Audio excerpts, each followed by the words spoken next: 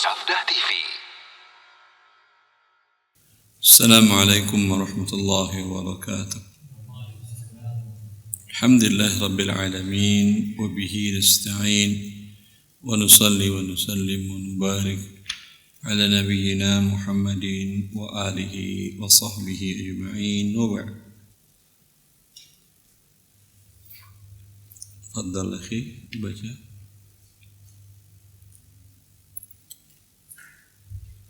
Bismillahirrahmanirrahim.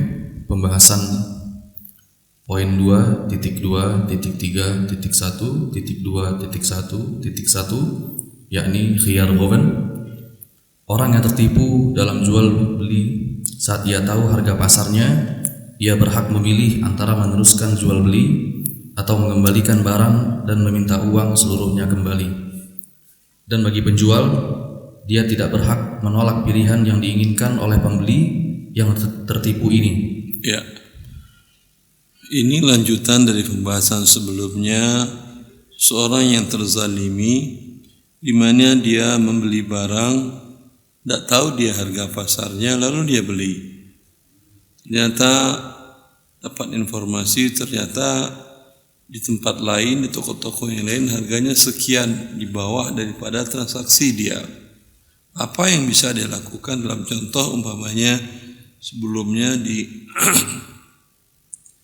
dia membeli sepatu harganya Rp250.000 transaksinya. Setelah dia pulang, kemudian tanya sana sini, katanya di toko yang lain di sekitar situ juga, toko yang lain itu harganya Rp170.000. Berapa selisihnya? Rp80.000. Ya, dalam kasus ini apa yang bisa dia lakukan adalah hak khiyar ghaban. Dia memiliki opsi untuk melanjutkan atau membatalkan. Ya, bisa saja dia mengatakan saya tidak jadi, dia kembalikan dan dia minta uangnya. Cuman yang menjadi masalah, si penjualnya tidak mau gimana? Sama seperti Anda umpamanya, banyak kasus lah, kalau bukan Anda juga, orang lain yang masuk ke toko atau warung di tempat wisata. Duduk, pesen umpamanya teh manis sama mie rebus pakai telur, kayak nasi dikit. Ketika bayar dibilang Rp200.000. Apa yang bisa Anda lakukan? Bayar atau pergi atau kasih uang 50 aja?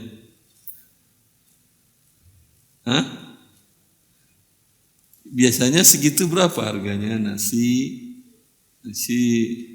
satu porsi, tambah mie rebus, tambah pakai telur, tambah teh manis, 30-an, ya 25 sampai 30-an lah, 30 masih bisa normal lah. Ini dia ketok dengan harga Rp200.000. Apa yang bisa Anda lakukan? Anda bayar 50, ini udah lebih ini, atau tetap Anda bayar 200. Paling nego dulu, marah-marah kan ya. Tapi orangnya tidak mau, pedagangnya bersikeras. Ya, kalau di Indonesia saya tidak tahu apa yang harus Anda lakukan. Tapi kalau di sebagian negara orang seperti di Saudi Arabia, dalam hal seperti ini pentingnya adanya pengawasan langsung dari negara terhadap tempat-tempat keramaian tadi. Biasanya negara menempatkan ada yang resmi dari negara, atau ada hay'ah atau badan dari negara. Suatu badan bukan di bawah kementerian. Kalau di bawah kementerian ada biasanya di tempat keramaian itu yang dinamakan dengan mahkamah mustaja'lah, pengadilan cepat, drive thru pengadilan. ya, yang tidak terlalu lama panjang untuk mengusut kasusnya. Pasar tradisional, di tempat-tempat keramaian, tujuannya adalah bila ada yang merasa terzolimi, maju aja ke pengadilan, ke mahkamah, sampaikan. Nanti itu pedagangnya dipanggil sama pihak mahkamah menggunakan polisi yang manggilnya. Enggak mau dia diseret pakai borgol. Ya. Ada juga yang menggunakan, selain itu ada juga yang menggunakan, kalau itu namanya polisi syariah, itu bukan di bawah kementerian tetapi badan, sifatnya hay'ah, al-amr bil ma'ruf wa nahy munkar. Kalau mereka itu bukan, kalau yang tadi mahkamah ada kantornya, kantor satu ruko gitu, seperti itu. Tapi kalau yang hay'ah ini, yang polisi syariah, dia muter tempat keramaian. Kalau melihat maksiat, kezaliman, dia langsung ambil tindakan. Ya, seperti itu. Okay. Dalam ini ya udah, kalau anda tidak bisa lagi, dah marah-marah, nggak bisa, harus bayar juga, ya bayarlah. Di akhirat lah urusannya. Boleh buat. Karena kalau anda tinggal diteriakinnya atau mobil anda dikempesinnya, tidak bisa jalan lagi pulang.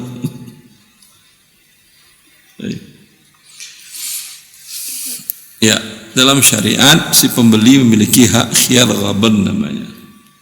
Dia bisa membatalkan sepihak, minta kembali uangnya, seperti itu, dan barang dikembalikan kepada penjual tadi.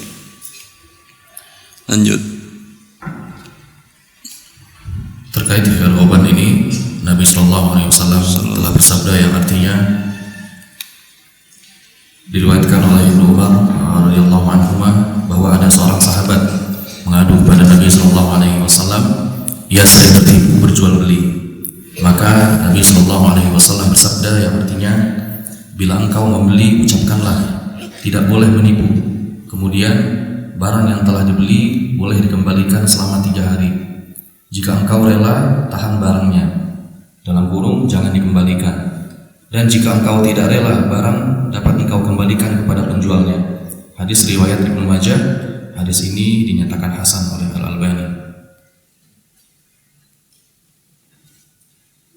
Ya, berdasarkan sabda Nabi SAW, seorang sahabat Nabi, beliau itu ada sakit gangguan pikiran, gangguan otaknya. Dia jatuh dari atas unta yang sedang berjalan, sehingga sering terganggu otaknya, cara berpikirnya. Kalau dia belanja, ya, berapa aja dibilang orang dibayar, tapi nanti sampai rumah baru tahu ternyata dia belanja kemahalan. Lalu dia mengadukan kepada Nabi sallallahu alaihi wasallam tentang kasus dia ini. Sallallahu alaihi wasallam menjawab, "Idza anta bay'ata faqul la khilafah." Kalau engkau transaksi jual beli, katakan kepada penjualnya tidak boleh nipu, ya. Boleh nipu. Bila ada ucapan itu ternyata anda tertipu, ya, maka terserah anda. Kalau merasa redho, ya udah, biarkan aja, tidak ada masalah lah. Kalau merasa tidak nyaman, kembalikan dalam tenggang waktu 3 hari. Ya, lanjut. Berikutnya poin 2.3.1.1.2 terkait berapakah persentase harga barang yang dianggap tertipu. Untuk menentukan apakah seseorang tertipu atau tidak dan berhak mendapat khiyar ghaban atau tidak, para ulama telah memberikan batasannya. Dalam hal ini ada 2 pendapat ulama. Pendapat pertama, bahwa penentuan seseorang tertipu atau tidak ditetapkan oleh ahli taksir setempat. Dan ini berbeda dari ahli tafsir. ahli taksir. Ya, pressure. Oleh ahli taksir setempat. Dan ini berbeda dari satu pasar ke pasar lainnya, dan dari satu waktu ke waktu lainnya. Ahli taksir ini yang menentukan apakah pembeli dianggap tertipu atau tidak. Jika dia menganggap pembeli tertipu, maka pembeli berhak mendapat hak khiyar. Jika dia menganggap bahwa harga barang wajar, maka pembeli tidak berhak mengembalikan barang. Pada masa Khilafah Utsmaniyah Turki, ditetapkan batas yang dianggap tertipu. Untuk tanah dan rumah maksimal 20% lebih besar dari harga pasar. Untuk hewan ternak maksimal 10% lebih besar dari harga pasar. Untuk barang harian maksimal 5% lebih besar dari harga pasar.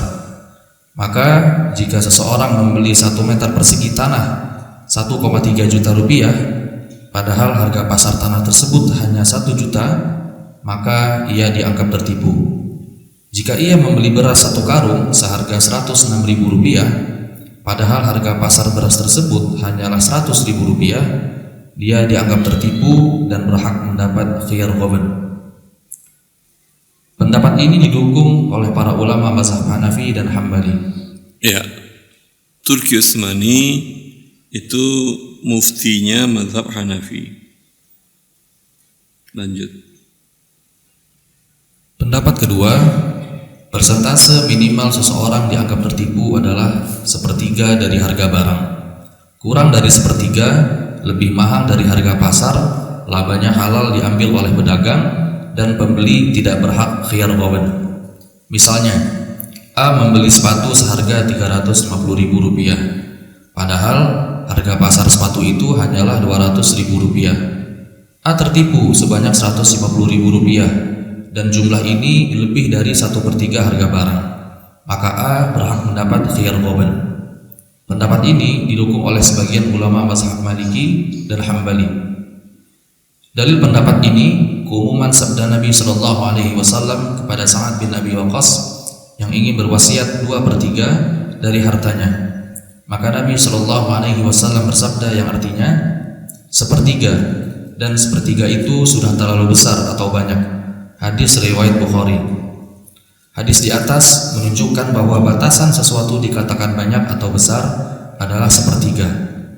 Wallahu a'lam, pendapat ini tidak terlalu kuat karena dalilnya terlalu umum dan dikhususkan oleh urf atau tradisi perniagaan. Maka pendapat yang kuat dikembalikan batas maksimalnya kepada hukum pasar yang berlaku, sebagaimana yang dijelaskan oleh pendapat pertama. Ya. Paham? Jelaskan ya, kapan Anda dianggap menipu kalau bagi pedagang. Kalau pembeli, kapan Anda dianggap tertipu. Kalau bagi pedagang, dia jelaskan dari awal, ya, orang itu duduk tadi, Pak, satu mie rebus pakai telur, 1, sama teh manis 1. Langsung anda sebutkan harganya 200.000 mas. Ya, oh iya nggak apa-apa Pak. Ridho mas, iya apa boleh buat daripada saya kelaparan, kata dia. Ya, ini boleh, tidak ada masalah. Kalau dalam kasus yang di tempat wisata tadi, kenapa lebih mahal ya orang juga paham. Dia harus bayar pajak itu, sewa ini, sewa itu, dan seterusnya. Belum lagi uang kebersihan, uang keamanan, ya, tidak ada masalah. Baik, lanjut. Sampai di sini ada yang bertanya dulu?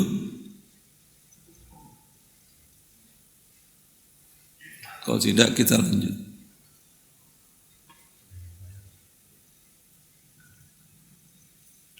Kemudian poin 2.2.3.1.2.2 ghish pada barang dengan cara menyembunyikan cacat atau merekayasa barang.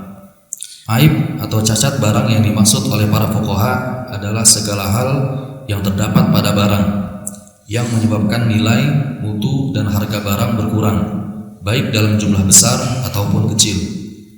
Dalam kecurangan ini, pedagang terkadang hanya diam, akan tetapi sekalipun ia diam, ia tetap dianggap curang jika ia mengetahui cacat barang. Ghish itu artinya curang ya. Lanjut.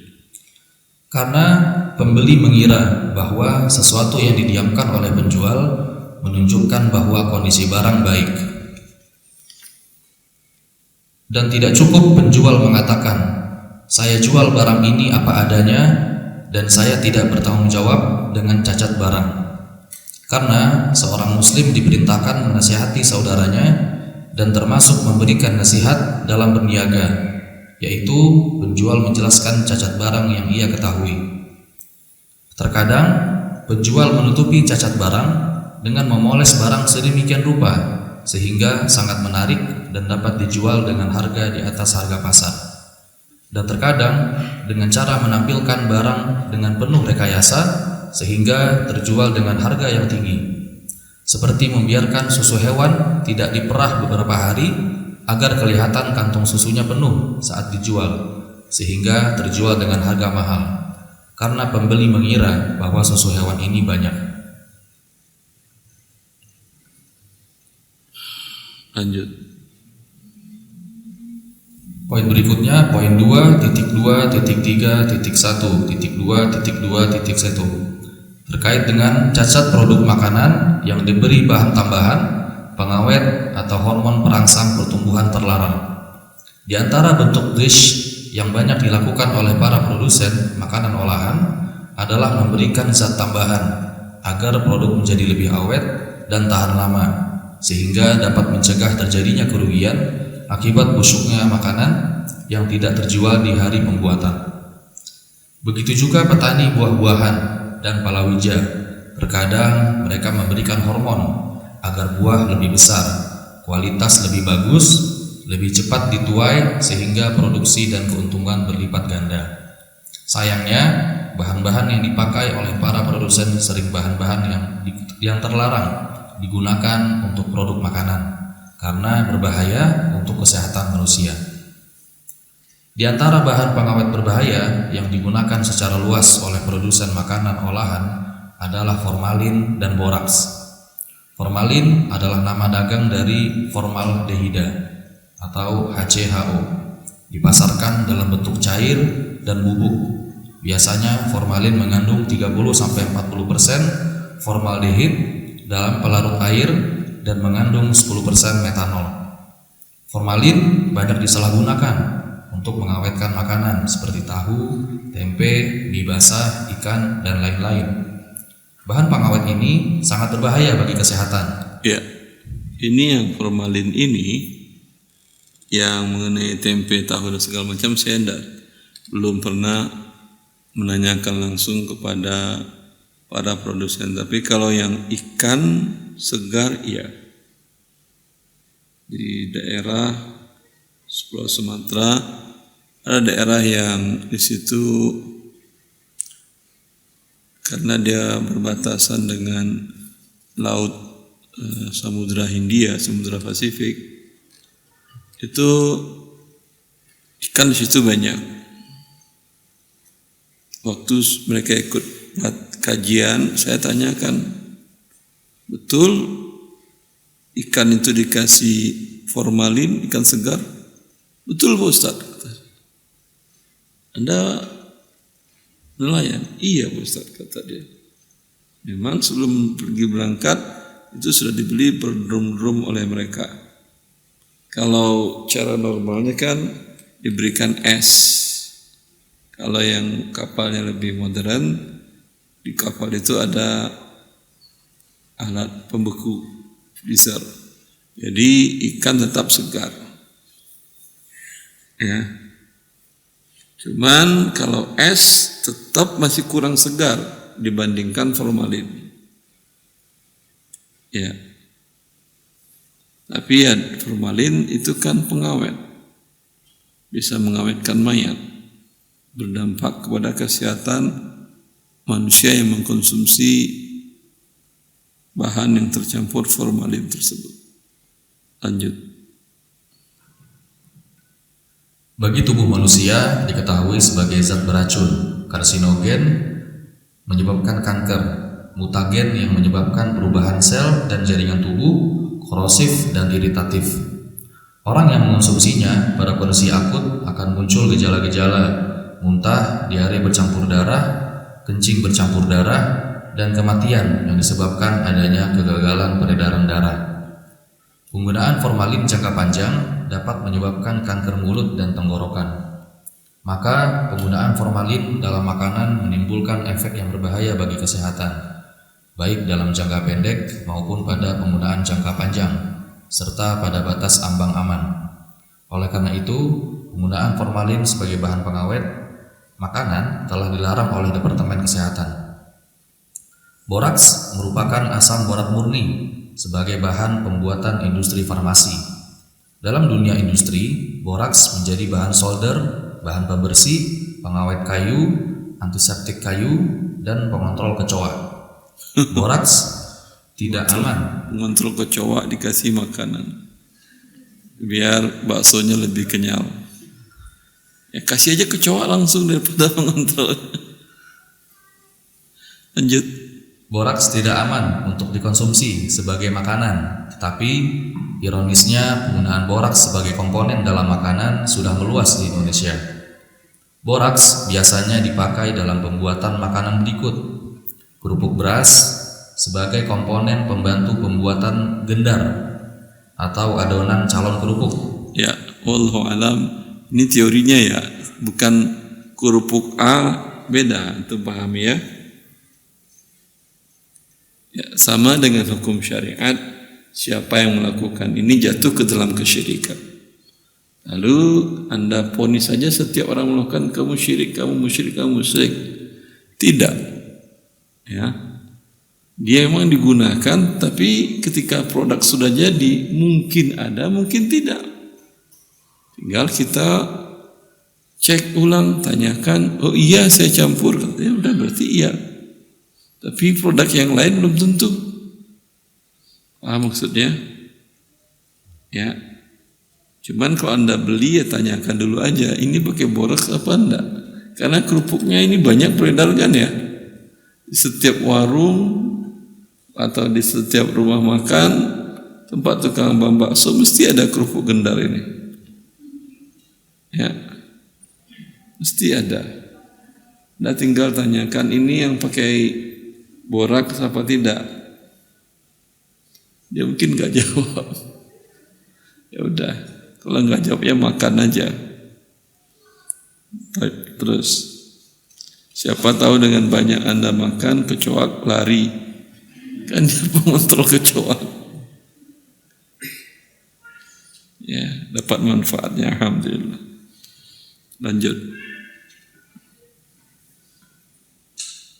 Mie, lontong atau sebagai pengeras, ketupat sebagai pengeras. Sebentar yang lontong ini.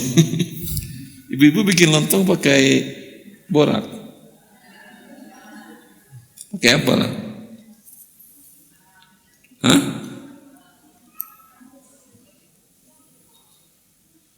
Ini maksudnya ini lontong yang pakai apa biasanya, yang lontong sayur yang pakai nampan itu. Kalau lontong yang pakai bungkus apa namanya, daun pisang, itu biasanya direbus. Ya. Ini yang nampan setengah rebus, airnya dikasih. Kalau dulu saya itu lihat ada keluarga masih kerabat dia jual lontong, itu lontong sayur, itu bukan boraks, apa namanya, sadah atau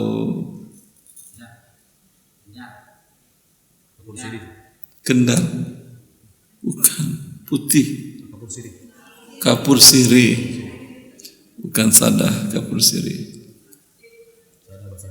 Hah? Sadah bahasa Minang. Bahasa Indonesia kapur sirih. Oh, berarti sama. Di Minang sebutannya sadah. Sadah bukan yang warnanya itu sadah. Ya udah terserah lah. Kasih kapur sirih. Kasih kapur sirih. Aman kapur sirih itu? Aman. Ya antum bilang aman, kita kan nggak tahu efeknya. Tapi yang jelas orang nyirih pakai kapur sirih kan ya. Ya. Nggak tahu saya di Jawa ada kebiasaan nyirih. Nggak ada saya lihat ya. Ada. Daun sirih dikasih apa? Hah? Kasih apa? Kasih apa? Oh ya, gambir yang saya maksud tadi yang warnanya agak coklat ya. Gambir, terus pinang, kapur sirih. Ya, berarti aman lah untuk dikonsumsikan ya. Biasanya kapur sirih itu setelah nyirih ditelan atau dibuang? Bukan ditelan. Kalau ditelan ada efek. Ditelan pahit, tapi kalau disirih tidak pahit kalau di mulut doang. Ya sama lah, kalau udah masuk mulut ya pahit lah, pahit itu kan di mulut kan.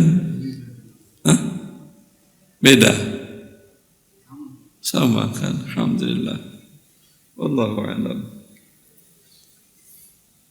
Lanjut. Lontong sebagai pengeras, ketupat sebagai pengeras. Pakai ketupat juga. Sebagian daerah kali ya. Saya tetangga saya dulu ada yang bikin lontong sama ketupat, enggak ada saya lihat. Dan enggak ada, hanya dibakar aja pakai kayu, apinya di bawah. Udah mengeras sendiri. Cuman lama kali ya, kalau pakai ini lebih cepat kali. Wallahu a'lam. Lanjut. Bakso sebagai pengawet dan pengeras, kecap sebagai pengawet. Mengkonsumsi makanan yang mengandung boraks memang tidak serta. Bakso pakai boraks itu pernah ada liputan dulu ya. Bakso pakai boraks. Kecap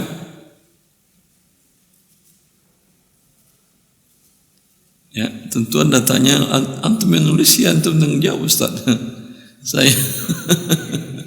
Saya itu nukil dari sumber Dinkes seksi Farmakmin ya, dan di kompasiana.com ya. Di situ dia menyatakan dari liputannya yang sering digunakan makanan yang menggunakan boraks yang kita baca tadi. Lanjut. Mengkonsumsi makanan yang mengandung boraks memang tidak serta-merta berakibat buruk terhadap kesehatan. Tetapi apabila boraks masuk ke dalam tubuh manusia, maka akan menumpuk sedikit demi sedikit karena diserap oleh tubuh manusia secara kumulatif, dan akibat atau efeknya akan dirasakan di kemudian hari. Dampak karena seringnya mengonsumsi makanan yang mengandung boraks akan menyebabkan gangguan otak, hati, dan ginjal. Oleh karena itu, penggunaan boraks sebagai bahan tambahan makanan telah dilarang oleh pemerintah sejak Juli 1979. Atau sudah lahir? Sudah lahir atau? Belum. Sudah dilarang ternyata. Hal tersebut dimantapkan kembali dengan SK Menteri Kesehatan RI nomor 733 garing Menkes garing per garing 9 1988. Sudah lahir itu? Kapan untuk lahir belum juga? 79 belum, 88 belum juga, Masya Allah. Lanjut. Berikutnya poin 2.2.3.1.2.3 hukum ghish dalam makanan olahan dan buah-buahan dengan menggunakan zat terlarang. Ibnu Rushd wafat 595 Hijriah berkata, siapapun orangnya tidak boleh ia mencampurkan bahan yang tidak baik ke dalam bahan yang baik untuk dijual, sekalipun dia memberitahukan kepada pembeli bahwa barang yang dijualnya telah dicampur dengan bahan yang tidak baik, dan seharusnya pihak yang berwenang mencegah tindakan tersebut serta menjatuhi pelakunya hukuman cambuk. Masya Allah. Cambuk itu dicek, yang jual lontong dilihat. Kalau ada dicambuk langsung. Ya. Karena mencampurkan makanan yang baik dengan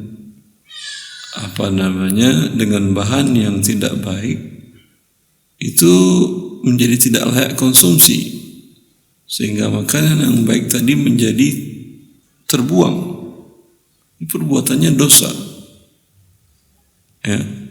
Bakso kan bagus, daging, ya, daging bagus proteinnya. Kemudian dikasih sagu bagus. Tapi ketika tujuannya hanya untuk pengeras saja, dikasih boraks, jadi rusak itu makanan. Jadi tidak bisa dikonsumsi, terbuang. Ya. Maka perbuatan ini menjadi dilarang. Umar bin Khattab radhiyallahu taala anhu, di masa dia menjadi khalifah, dia umumkan itu. Dia mengeluarkan peraturan tidak boleh susu dicampur air. Susu ya susu, tidak boleh dicampur air. Walaupun disampaikan, ini bisa dicampur ya. Karena kita tidak tahu efeknya. Susu halal, kemudian air halal, tapi kalau dicampur mungkin mengakibatkan efek yang tidak bagus untuk tubuh. Kopi halal, ya, susu halal, air halal. Kalau digabung tiga-tiganya halal juga sih. Tapi berguna enggak susunya lagi? Hah? Masih berguna? Jadi murah? Oh, jadi mulus. Kalau dengan teh enggak berguna susunya, jadinya kan ya hilang manfaat susunya. Ya. Maka bukan berarti yang halal tambah yang halal ya halal, tidak. Bisa jadi dia berakibat berbahaya. Baik. Lanjut, akhi. Komite Tetap untuk Penelitian Ilmiah dan Fatwa Kerajaan Arab Saudi telah mengeluarkan fatwa haram menggunakan zat terlarang dalam makanan dan buah-buahan. Fatwa ini ditandatangani oleh Syekh Abdul Aziz Al-Syekh sebagai ketua, Syekh Abdullah Al-Ghudayyan, Dr. Salih Al-Fauzan, dan Dr. Bakar Abu Zaid sebagai anggota. Ini 3 sudah wafat, tinggal 1 yang masih hidup. Dr. Salih bin Fauzan Al-Fauzan. 2 yang masih hidup. Syekh Abdul Aziz Al-Syekh masih hidup. Ketua Mufti Saudi Arabia, mufti besarnya. Syekh Abdullah Ghudayyan sudah wafat. Syekh Fauzan masih hidup. Syekh Bakar Abu Zaid sudah wafat. Lanjut. Nomor fatwa 21407 yang berbunyi, soal, kami para petani semangka di Wadi Dawasir, sebagian kami menggunakan, ya, ada semangka di Arab ternyata. Di mana nanamnya itu? Di pasir itu mereka nanam. Hah? Allah Ta'ala alam. Allah Maha Kaya. Ya, tidak semuanya yang pasir, ada sebagian yang tanah yang bisa ditanam. Seperti di Madinah. Madinah ada kebun kurma, bisa ditanam. Ada yang tanahnya juga. Baik. Lanjut. Kami para petani semangka di Wadi Dawasir, sebagian kami menggunakan hormon terlarang untuk meningkatkan produksi. Buah lebih besar dan lebih berkualitas. Hormon ini dilarang penggunaannya secara resmi oleh Departemen Pertanian. karena berbahaya bagi kesehatan manusia. Yang kedua, racun serangga atau pestisida yang setelah disemprotkan ke tanaman, maka buah tidak boleh dipanen sebelum berlalu 7 hari. Akan tetapi, sebagian kami telah memanennya sebelum berlalu waktu yang ditentukan. Ya, pestisida bukannya dilarang, boleh dipakai, tapi bila panen di atas 7 hari tidak apa-apa semprotkan. Tapi bila panen mau dipanen dalam waktu 7 hari, dilarang penggunaannya. Ya, baik. Lanjut. Bagaimanakah hukum menggunakan hormon dan racun serangga tersebut, serta apa hukum uang hasil penjualan buah semangka tersebut? Jawab, ini adalah perbuatan haram karena menipu atau curang terhadap kaum muslimin. Diriwayatkan dalam hadis sahih, Nabi SAW bersabda yang artinya, sesungguhnya orang yang menipu atau curang tidak termasuk golonganku. Hadis riwayat Muslim. Perbuatan tersebut membahayakan kesehatan seluruh umat, dan barang siapa yang melakukan demikian, niscaya Allah akan membuat pelakunya dalam bahaya juga. Pelakunya berdosa, uang hasil usahanya haram, dan ia pantas dijatuhi hukuman karena ia telah melakukan kecurangan dan berbuat dosa. Siapa saja yang mengetahui proses produksi dengan cara tersebut, maka ia tidak boleh memasarkan, menawarkan, dan menjualnya, karena termasuk saling tolong dalam kemaksiatan dan pelanggaran. Allah Subhanahu wa Ta'ala berfirman yang artinya, dan jangan tolong menolong dalam berbuat dosa dan pelanggaran, dan bertakwalah kamu kepada Allah Subhanahu wa Ta'ala. Sungguhnya Allah amat berat siksanya. Al-Quran Surat Al-Maidah ayat 2. Hendaklah para petani tersebut dan umat Islam seluruhnya bertakwa kepada Allah, tolong menolong dalam kebaikan dan ketakwaan, menghindari hal-hal yang menimbulkan dosa dan pelanggaran, mencari usaha halal dan rizki yang baik, jangan terpedaya dengan gemerlap dunia, mengumpulkan harta sekalipun dari jalan yang tidak dibenarkan.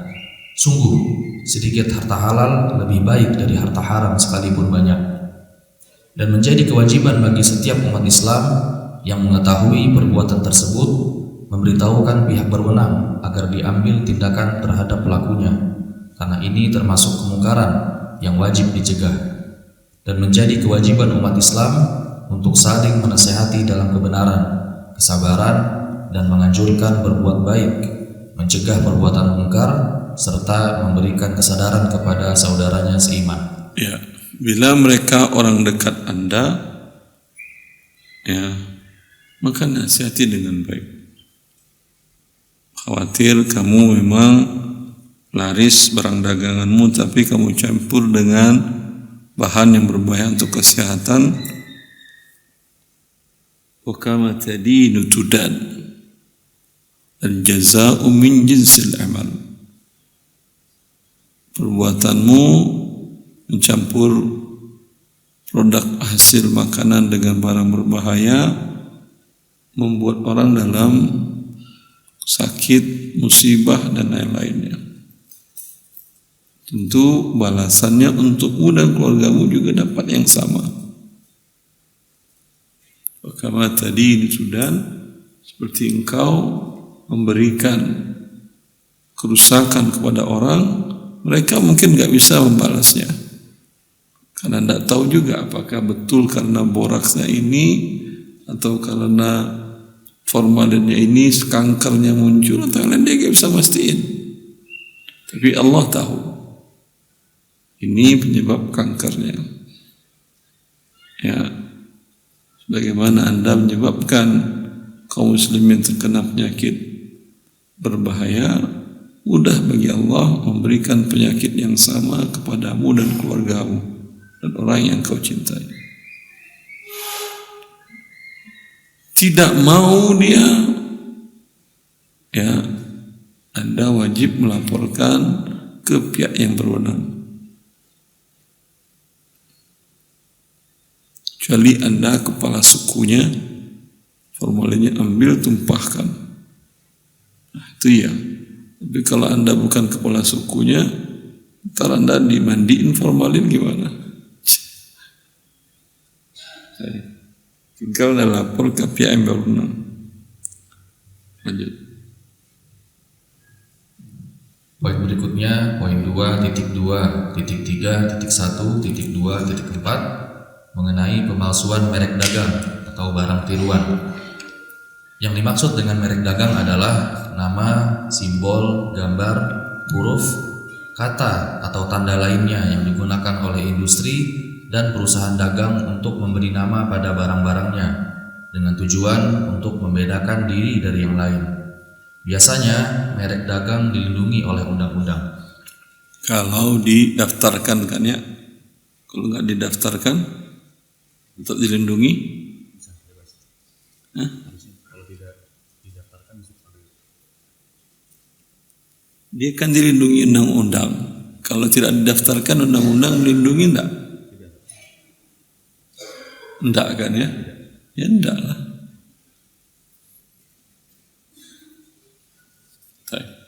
Yang buku ini sudah saya daftarkan, antum bisa lihat halaman akhir.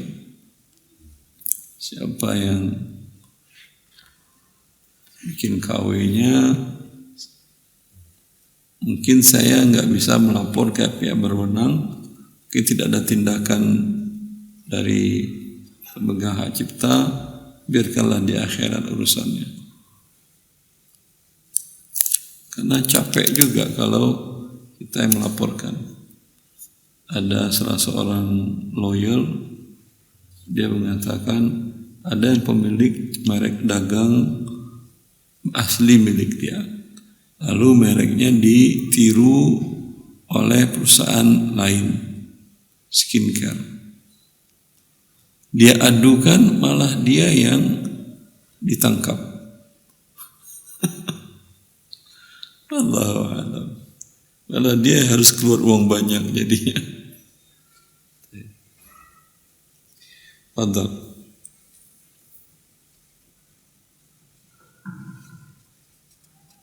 Merek dagang tidak dikenal di masa dahulu. Oleh karena itu, para ulama kontemporer berijtihad mengeluarkan hukum tentang merek dagang. Merek dagang dapat disamakan dengan manfaat atau manafiah yang dimiliki, dapat dipindah tangankan dengan imbalan maupun tidak, dan tidak boleh dibajak. Oleh karena itu, Majma' Al-Fiqih Al-Islami, Divisi Fikih Oki, memutuskan dalam muktamar kelima di Kuwait tahun 1988 nomor 43 dalam kurung 5/5 yang berbunyi, nama dagang, merek dagang, dan hak cipta adalah hak pemiliknya. Dalam aturan dagang, sekarang mempunyai nilai ekonomi. Sebentar, nama dagang yang mana? Umpamanya ini apa ini? Ini tisu. Ya.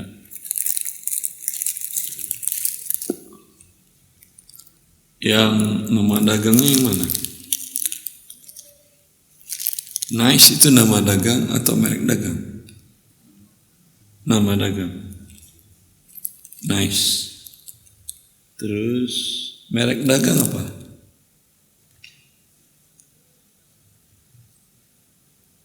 Logo. Merek dagang logo. Bukan.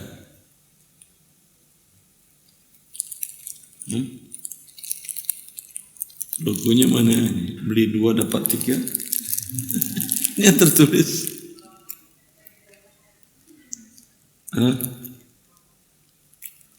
Wallahu a'lam. Kemudian saya tidak tahu.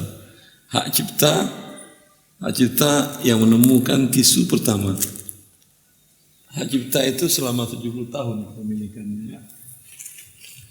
Umpamanya aplikasi program Microsoft umpamanya. Microsoft sudah berapa tahun itu? Dari tahun 90 sudah ada Microsoft. Sudah ya. Kan 2024 baru 40 tahun. Masih ada 20 tahun lagi. Sekitar 60-70 tahun merek dagang milik dia. Hak cipta milik dia. Setelah itu tidak lagi bisa dia klaim sebagai miliknya. Begitu aturan internasionalnya tentang hak cipta dan merek dagang itu. Ya, antum sabar aja. Ini baru 12 tahun. Berarti 68 tahun lagi silakan antum ciplak, enggak apa-apa, jual. Bapak sudah tidak punya hak cipta lagi. Ya, tapi tetap kalau Anda nukil kata Dr. Elwandi dalam bukunya Harta Haram, itu tetap jangan ganti namanya dengan nama Anda. Kata Yanuar dalam buku Harta Haram. Itu bukan hak cipta yang diambilnya, nama yang digantinya. Itu kebutuhan ilmiah, tidak boleh. Lanjut. Yang berbunyi nama dagang, merek dagang, dan hak cipta adalah hak pemiliknya. Dalam aturan dagang sekarang mempunyai nilai ekonomi karena pemiliknya telah mengeluarkan biaya untuk memilikinya.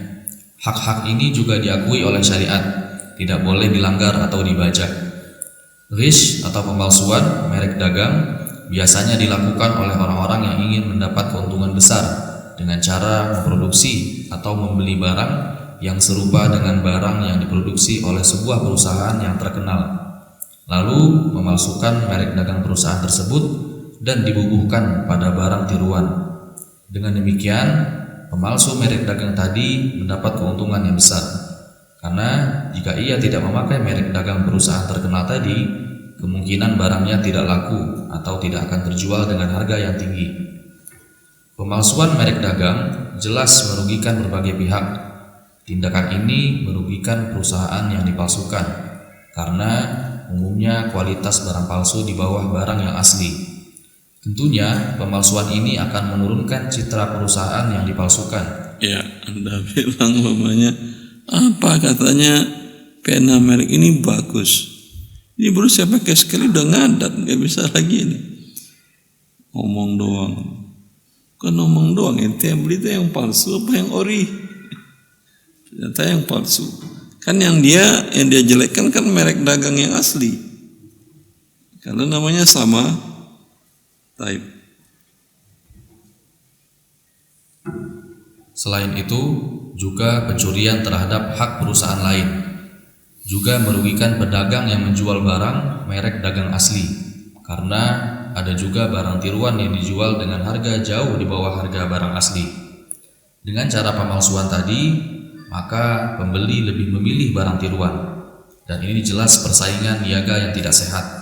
Juga merugikan pembeli, karena terkadang penjual tidak memberitahukan bahwa barang yang dijualnya palsu dan dijual dengan harga yang sama dengan harga barang asli. Seandainya pembeli tahu bahwa barang yang ditawarkan palsu, kemungkinan dia tidak mau membelinya sekalipun dengan harga lebih murah. Ya, untuk beberapa spare part kendaraan umpamanya, piston mobil antum rusak, motor rusak. Ya, ada yang nawarin KW setengah harga, berani Anda beli? Hah? Piston tahu kan ya? Berani beli yang KW? Ya enggak lah, itu yang paling penting dalam mesin. Ya, ban umpamanya, Anda beli ban yang KW mau? ban yang KW Anda beli nanti biasanya kena paku bocor, kalau ini mah kena ranting aja bocor. Ya. Maka ya merugikan, banyak pihak yang dirugikan. Bagi baik produsennya tentu berdosa, Anda yang tahu dan membelinya juga berdosa walau Anda menjualnya menyebutkan barang KW. Karena yang dirugikan bukan pembelinya aja, yang dirugikan adalah pihak lain, produsen. Yang ini ori, yang ini KW ya. Saya silahkan pilihkan kepada Anda. Harganya yang ori 1 juta, yang KW ini harganya 700.000. Kalau disebutkannya, karena bukan hanya pembeli yang terzalimi, pemegang merek yang asli terzalimi. Seperti yang beberapa yang kasus kita katakan tadi, ternyata yang KW tadi barangnya sangat rendah kualitasnya, ya, ketika ada menyebabkan musibah atau kecelakaan lalu lintas, itu yang disalahkan adalah perusahaan yang ori, padahal barangnya KW. Ya, yang jelas mengambil hak perusahaan yang ori tadi, original tadi. Harusnya kalau ada perusahaan lain yang ingin buat maklun, dia izinkan, tapi kan berbayar, ada haknya dia. Sekarang kalau dengan dipalsuin dengan cara KW tadi, itu kan mereka nggak bayar. Hak itulah yang dizalimi. Maka Anda nggak boleh menjualnya sekalipun Anda sampaikan kepada konsumen, calon pembeli. Lanjut. Dengan demikian, pembeli telah membayar uang yang tidak ada imbalannya dari penjual, yaitu selisih antara harga barang asli dan barang tiruan. Ini termasuk memakan harta orang lain dengan cara yang batil, karena pembeli tidak ridho dengan barang palsu, andai dia tahu. Allah telah melarang hal ini dengan firman-Nya yang artinya, hai orang-orang yang beriman, janganlah kamu saling memakan harta sesamamu dengan jalan yang batil. Al-Quran Surat An-Nisa ayat 29.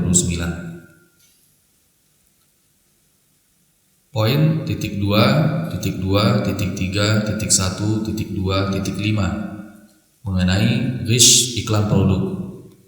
Iklan adalah pemberitahuan kepada khalayak ramai mengenai barang atau jasa yang dijual melalui media cetak, visual dan non-visual dengan tujuan mendorong atau menarik mereka untuk membeli produk yang diiklankan.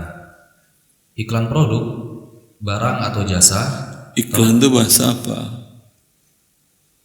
Iklan bahasa Arab. Ain, i'lan. Pemberitahuan, pengumuman. Lanjut. Iklan produk, barang atau jasa telah dikenal sejak dahulu. Di pasar-pasar terdapat dalal atau orang upahan meneriakkan nama barang serta spesifikasinya, sehingga para pembeli berdatangan ke tempat tersebut untuk membeli barang yang mereka inginkan. Ya, kalau pasar dahulu pasarnya musiman, hari Senin pasarnya di pasar Senin, hari Jumat pasarnya di pasar Jumat, hari Minggu pasarnya di pasar Minggu, hari Rabu pasarnya di pasar Rabu. Di pasar Senin, hari Rabu tutup, nggak ada itu pasar. Di hari Jumat, pasar Minggu tutup, nggak ada orang jualan di situ. Ya. Pekanan biasanya muter-muter mereka. Itu pedagang yang datang bawa mobil, bawa motor, atau dipanggul barang ke sana, itu mereka kan sudah capek. Dan juga mereka tidak terlalu akrab dengan para konsumen di daerah situ. Biasanya ada orang daerah situ yang digaji untuk teriak-teriak. Dalam bahasa Arab namanya dalal. Dia teriak-teriak. Barang bagus, barang bagus. Sayang anak, sayang ibu, sayang ayah. Beli 5 langsung ya. Kayaknya saya mantan juga. Cocok lah. Itu namanya dalal. Digaji mereka. Fungsinya apa? Memberitahukan ke orang ini barang. Ya, dia jelaskan spesifikasinya, tahan air, dilemparkan. Ini kita rendam ya dalam air. Ya, nyala. Terendam ya. Kita biarkan 5 menit sambil ngobrol-ngobrol. Kita coba lihat apa yang terjadi. Oh, masih lanjut nyala. Ya, orang tahu produknya bisa tahan air. Itu diantaranya fungsinya. Fungsi dalal itu menyebutkan manfaat, resiko, dan seterusnya dari barang tadi. Itu fungsinya. Yang biasanya kalau zaman sekarang itu sudah tertulis di kalau Anda beli produk itu di buku panduan produk. Beli mobil, beli handphone ada buku biasanya buku panduan produk itu. Kalau dulu nggak pakai buku panduan orang tidak teriak. Itu bagian dari iklan. Namanya dalam orangnya.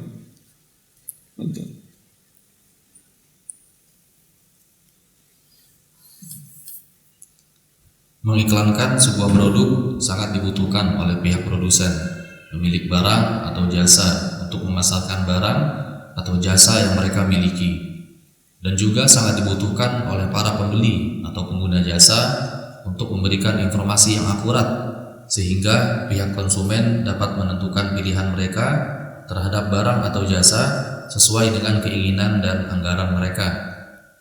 Karena kebutuhan pemilik barang atau jasa dan konsumen akan iklan produk, maka iklan sudah dikenal sejak lama dari masa Rasulullah SAW. Dan atas dasar kebutuhan akan iklan produk dan karena hukum asal muamalat adalah mubah, selama tidak terdapat larangan, maka hukum mengiklankan produk dibenarkan dalam Islam. Iklan boleh? Bahasa Inggrisnya apa? Advertising. Ya. Boleh dalam syariat boleh. Ada perempuan dalam tubuh aurat yang haramnya perempuannya, iklannya halal. Ya. Ada musiknya yang haram, musiknya iklannya halal.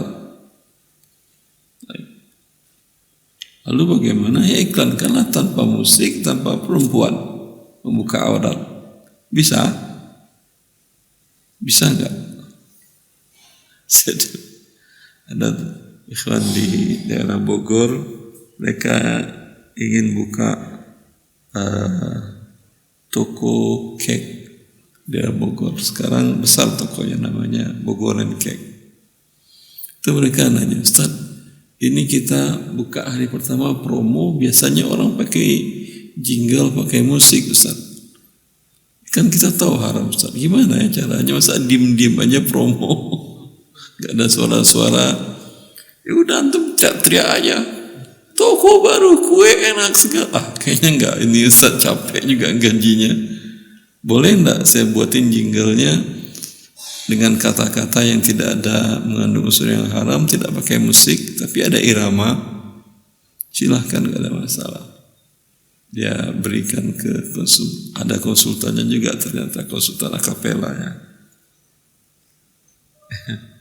Bisnis itu ternyata ada juga iklan tanpa itu. Dan bisa kok. Di Riyadh itu dulu di sana ada televisi Islami milik swasta. Perusahaan-perusahaan besar dunia iklan di televisi itu karena mereka memiliki pemirsa yang tertinggi se-Timur Tengah. Se-Timur Tengah negara Arab.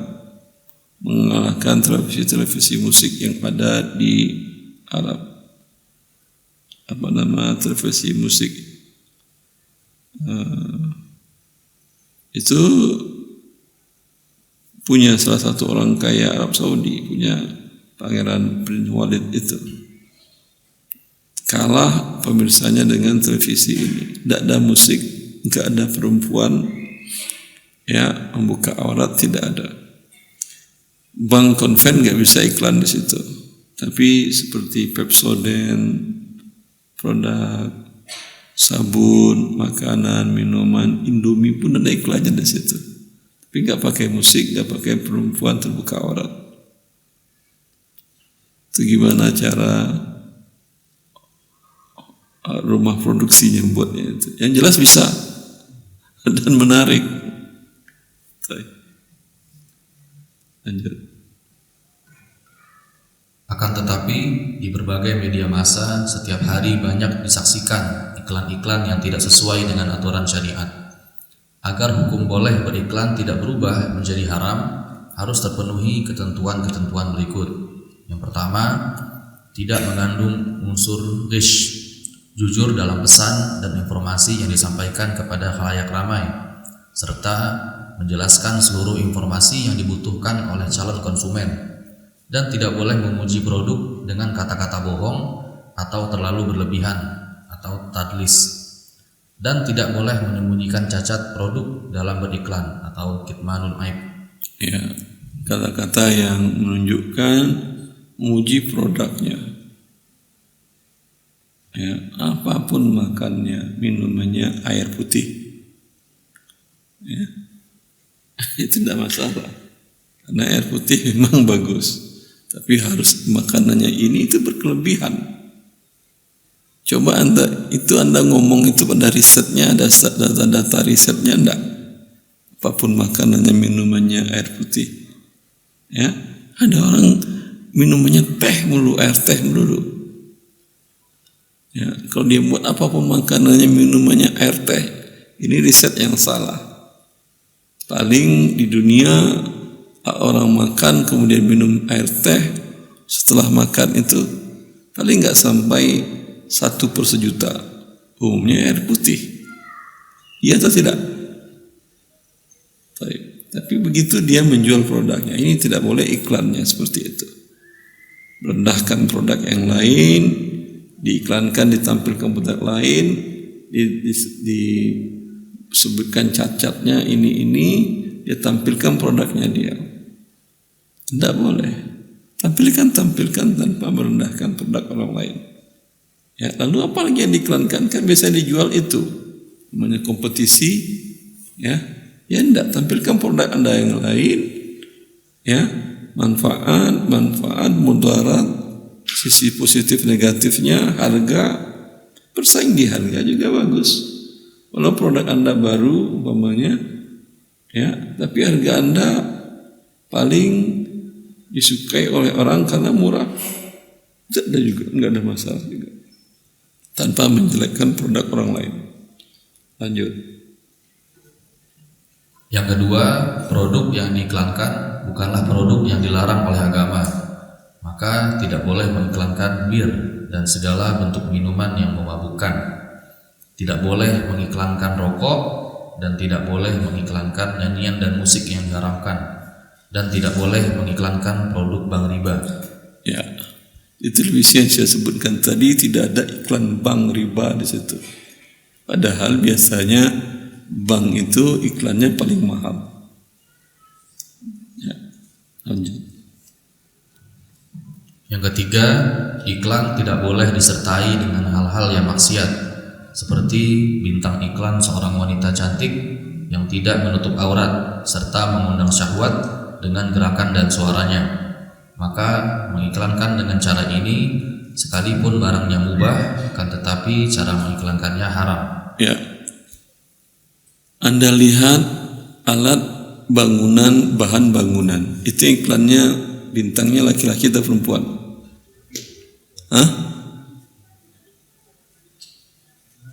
Traktor, iklannya itu bintang iklannya laki perempuan? Laki. Kayak jarang lihat iklan Bapak. Cobalah lihat di YouTube. Umumnya perempuan. Kebutuhan laki-laki itu semua bintang iklannya mesti perempuan. Karena dari riset psikologinya, laki-laki lihat perempuan cantik, akalnya hilang.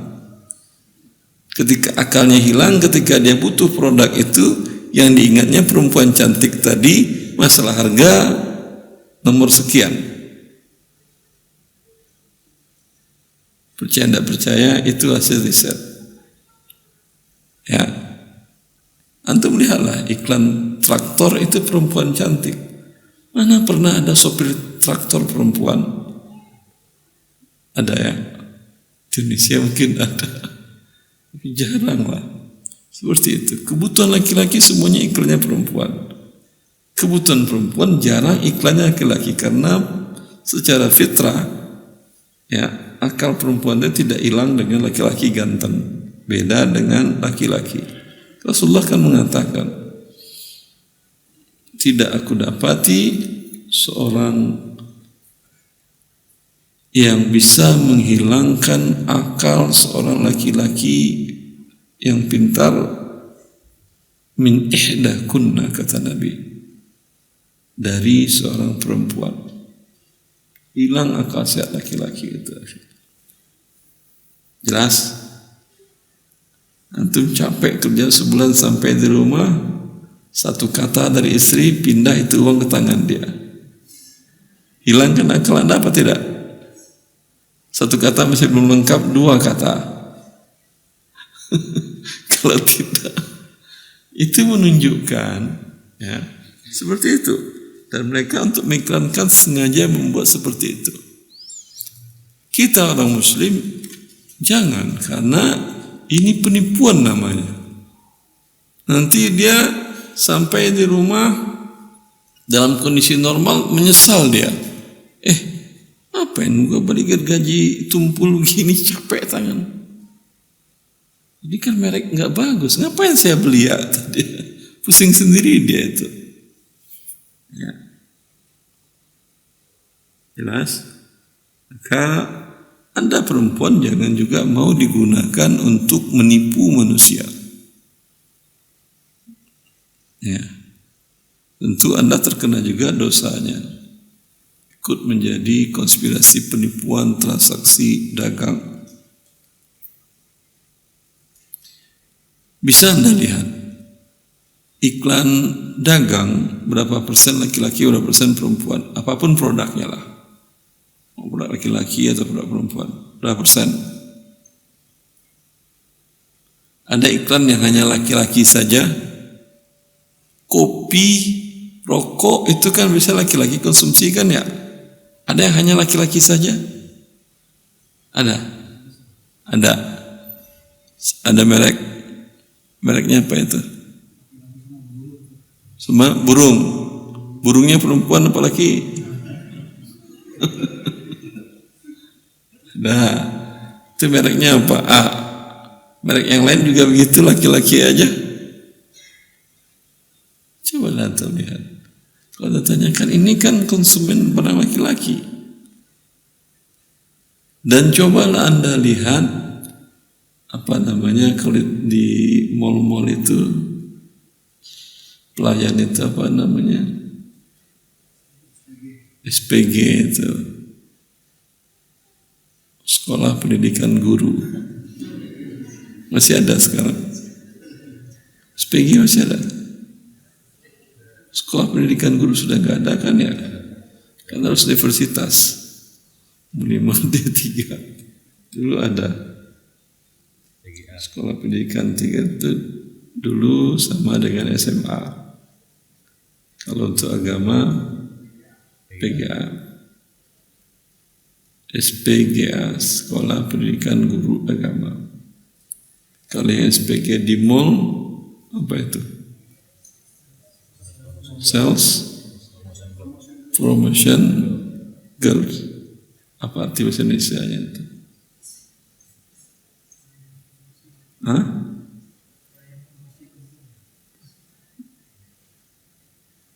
Sales apa arti? Penjual kan ya? Penjual, promosi, perempuan. Ya. Enggak ada SPM. BB itu apa? Ada. Berapa jumlahnya? Ada 1:10? Enggak ada kan ya? Kita tanyakan. Kadang di pakaian dalam laki-laki pun pelayannya itu SPG tadi. Itu apa urusannya?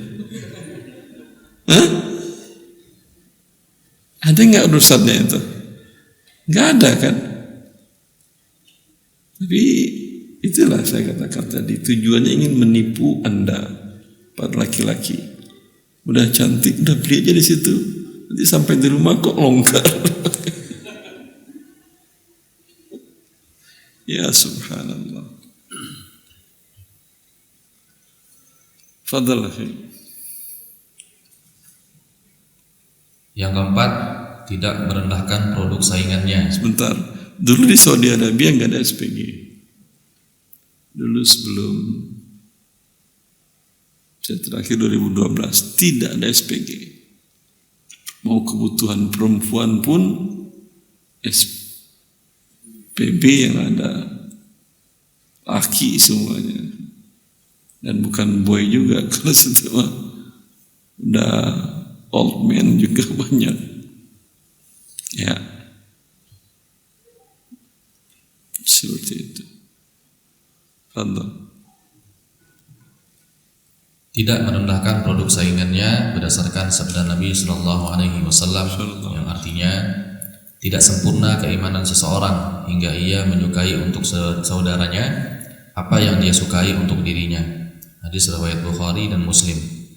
Tentulah pembuat iklan tidak menginginkan hal tersebut dilakukan oleh pesaingnya, maka janganlah dia lakukan hal serupa, karena ini termasuk menzalimi orang lain. Pelanggaran terhadap salah satu ketentuan di atas hukumnya haram, akan tetapi akad jual belinya sah, kecuali pelanggaran poin kedua, bahwa barang yang diiklankan adalah barang haram. Dan karena iklan biasanya ditujukan kepada khalayak ramai, maka berbuat curang atau wish dalam beriklan jelas menzalimi orang banyak. Ya, kita cukupkan. Baik, semoga bermanfaat. Wallahu a'lam. Sallallahu Nabi Muhammad wa alihi wa sahbihi wasallam. Assalamualaikum warahmatullahi wabarakatuh.